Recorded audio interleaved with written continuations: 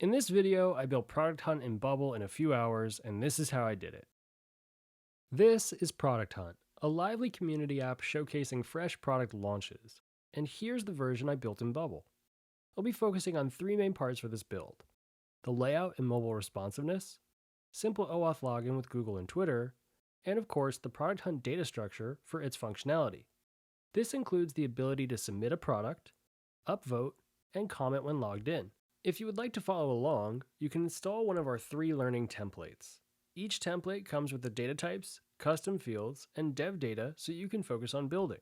They also offer a different starting point for you to challenge your Bubble skills. The first template is blank, minus the initial data. The second template is finished, but has no workflows. And the third template is the final outcome of what we'll be working towards in this video for you to challenge yourself and expand upon the app. To download these templates, sign up on bubble.io and add them to your account. You can access these directly from the video page. After each section of the build is completed, there'll be a recap to further explain. If you need to, please slow the video down or skip to the appropriate timestamp. Alright, let's begin.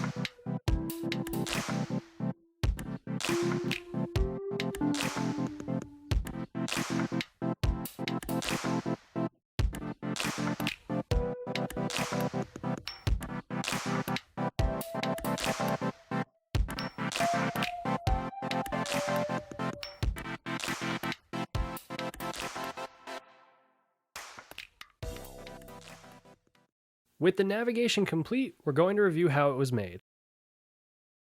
First, we have it as a reusable element, which is always a best practice, so it can be reused on other pages. The reusable is a floating group using a container layout of row with centered alignment. This is so we have a predictable way to center our groups inside. Our reusable has a min width of 320 pixels. While elements can shrink below 320, with this set on the reusable, we won't let them have the chance, as this is as small as the reusable can get. Our height is set to 80 pixels, so we have a decent height to work with, and to give our navigation some space, I've set it to 1280 pixels for the width in the UI builder. I opted to build this with two groups, one for our desktop navigation and one for mobile. You can approach this in a few different ways, but this way felt most appropriate because desktop and mobile are fairly different. If the designs were similar, it might be better to go with one group that shows and hides elements instead. The first group is our navigation for desktop. It's a row with a min height of 80 pixels and 20 pixels of left-right margin.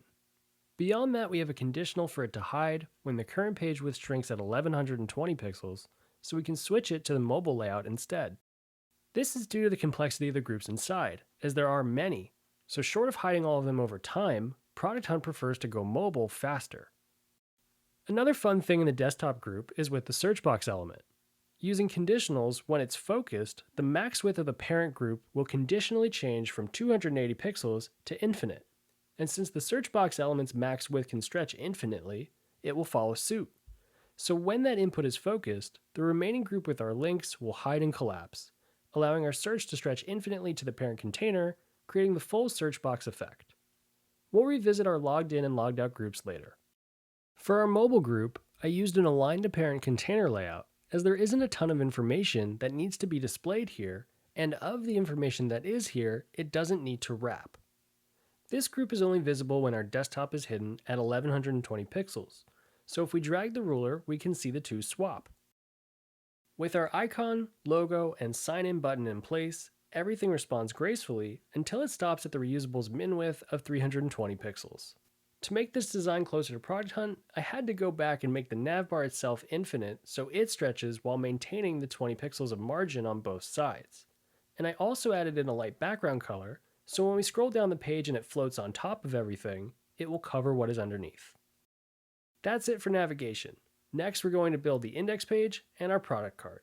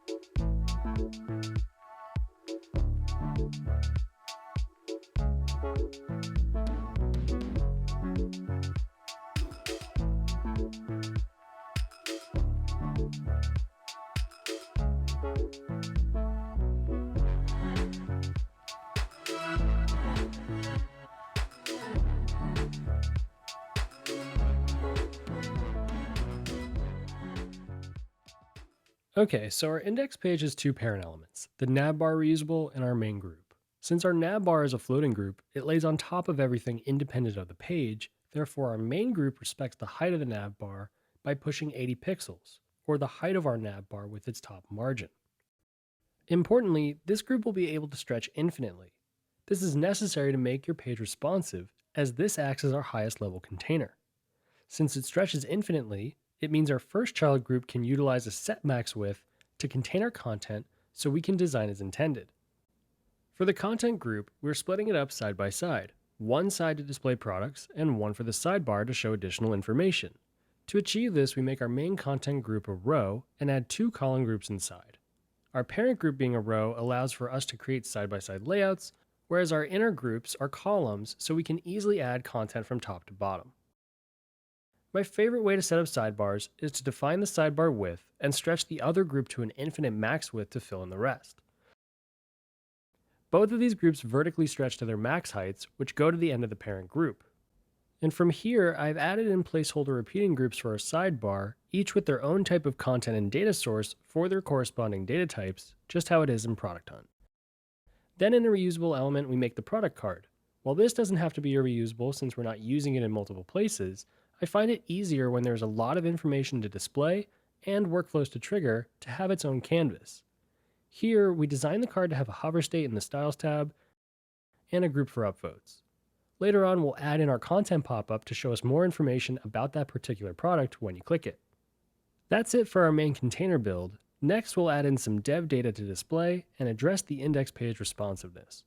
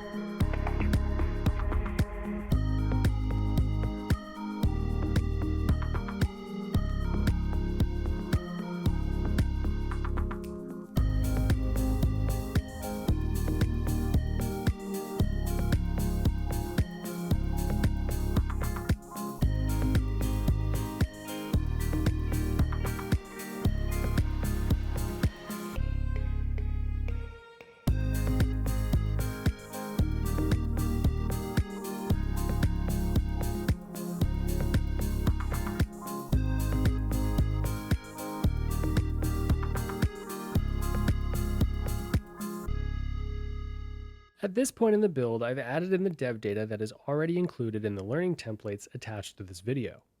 Also, our sidebar now has some card elements of their own for stories and jobs, so we can display those accordingly as well. When displaying these cards, it was important to show only a select few, and even though our search limits how many are returned, the element size itself needed some pixel perfect adjusting so the scroll bar wouldn't show. This includes the reusable element's height, the height of the cell, plus the height of the repeating group, so make sure yours are correct. The overall index page has some fun responsiveness that we now include. With this sidebar, we set up a conditional for it to collapse. At first I had this collapsing later on down the screen size, but changed it to collapse at 1120 pixels, which is the same as when our mobile nav kicks in. Importantly, our content area with our product card will stretch infinitely, so it fills in the space once the sidebar is collapsed. When grouping things, it's easy to reset the min width without realizing, so make sure to go back and check the min widths of your elements. Especially check them in the responsive tab. With the ruler, you can make sure the elements resize properly. Here we had to do that for the card element, as some things had a larger min width than needed. While it's not the case for everything, most elements can have a min width of 0. This works well, especially if the parent container won't allow the element to get that low, so it's a good rule of thumb, but not always the solution. That's it for the responsiveness. Next, we're building the sign up and login functionality with OAuth for Google and Twitter.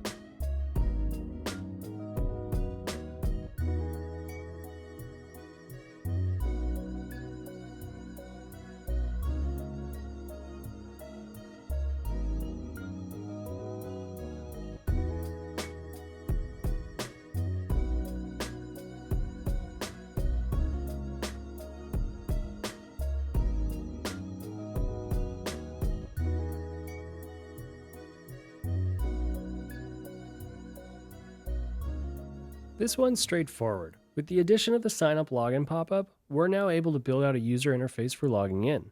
While we could use the built-in authentication that Bubble provides, we use the official plugins for OAuth with Google and Twitter.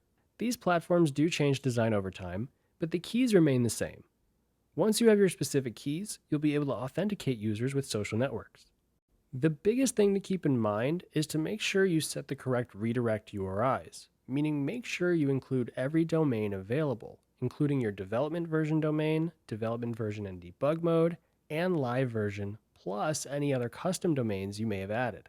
This way, when the platform redirects you, you won't get an error since you included every viable link. An awesome benefit of using Social Network Login is that you can capture the profile picture of that user and display it automatically. However, to do this, you have to be sure to store the image to the user data type so you don't end up calling it every single time from the social network. Our workflows here cover just that. After we sign up or log in with a platform, we make a change to the current user by storing the information that we received. This helps us store things like their username or handle, and of course their profile picture. The field names may vary depending on the service, but it's easy to map the social network fields to any custom fields on your user. For the profile picture, we get the current user's platform's picture and use the Save to S3 operator, which is key for saving it to your app's file manager. Earlier, when creating the navigation, we displayed profile pictures using the dynamic expression of current user's profile picture processed with ImageX. ImageX allows us to enhance images, crop them, or in our case, create a circle mask around them to display them as circular, which is super helpful for displaying profile pictures. Finally, with Save to S3, we can name the file, so in our file manager, we can easily see whose profile picture it is without having to look up the user ID. That's it for our user functionality. Next, we're going to build the content pop-up for when you click on a product card.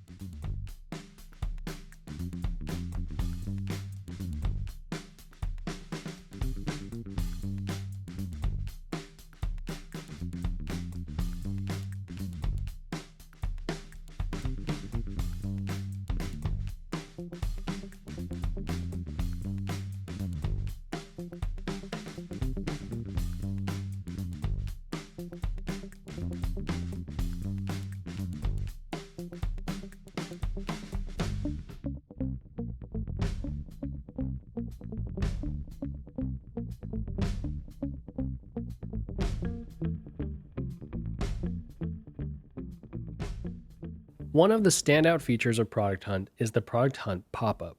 When you click a product card, it loads more information about the product directly in a pop-up. Here we've added the pop-up to our product card and built out the necessary design, entirely mobile friendly. What's more, given that we now have user authentication, users can upvote and leave comments on the product directly.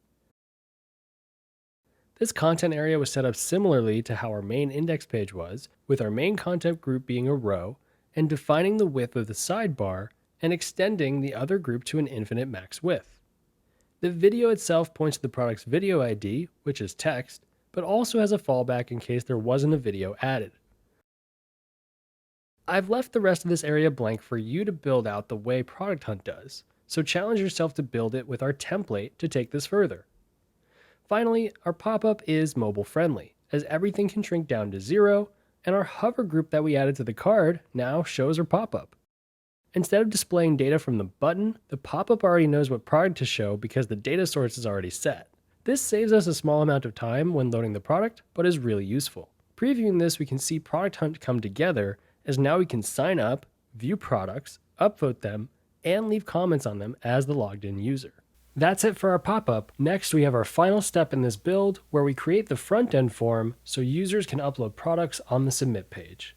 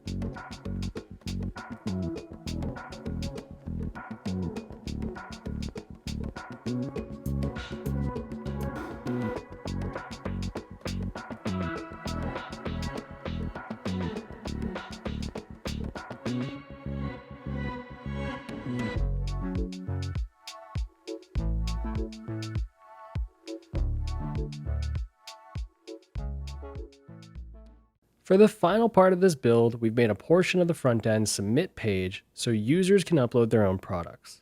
What's interesting about this is how yet again we have another main content area that uses a row to hold main content and a sidebar, only this time the sidebar is on the left. Our form consists of many labels and inputs that are grouped together, and a conditional that depends on a custom state. For the submit page to work with the sidebar, we store everything in a custom state to carry with us as we hide the group and show the next one. There are a few other ways you could conceivably set this up, but with this approach, we can offer users control to step back and forth from the sidebar to edit their work. For brevity, I've only gone ahead and added our essentials for our data types, but as you can see with Product Hunt, there is much more that you can add. It's so great to style elements beyond their defaults, but I particularly had the most fun styling this picture uploader. It really goes to show how just a little bit of style can make this so much more approachable and more likely for the user to upload a picture. Finally, when the users hit submit, we create a new product to capture all of the available states and inputs that we didn't save to a state, and that completes our working build of Product Hunt. Try it out for yourself by installing all of this as a template. Break it apart to see every workflow and property that makes it responsive. From there, take it further and add more to it and post it below for all of us to see. Let us know in the comments what you thought of this build and what build you want to see next. That's it for this video. For more, be sure to check out Bubble Academy.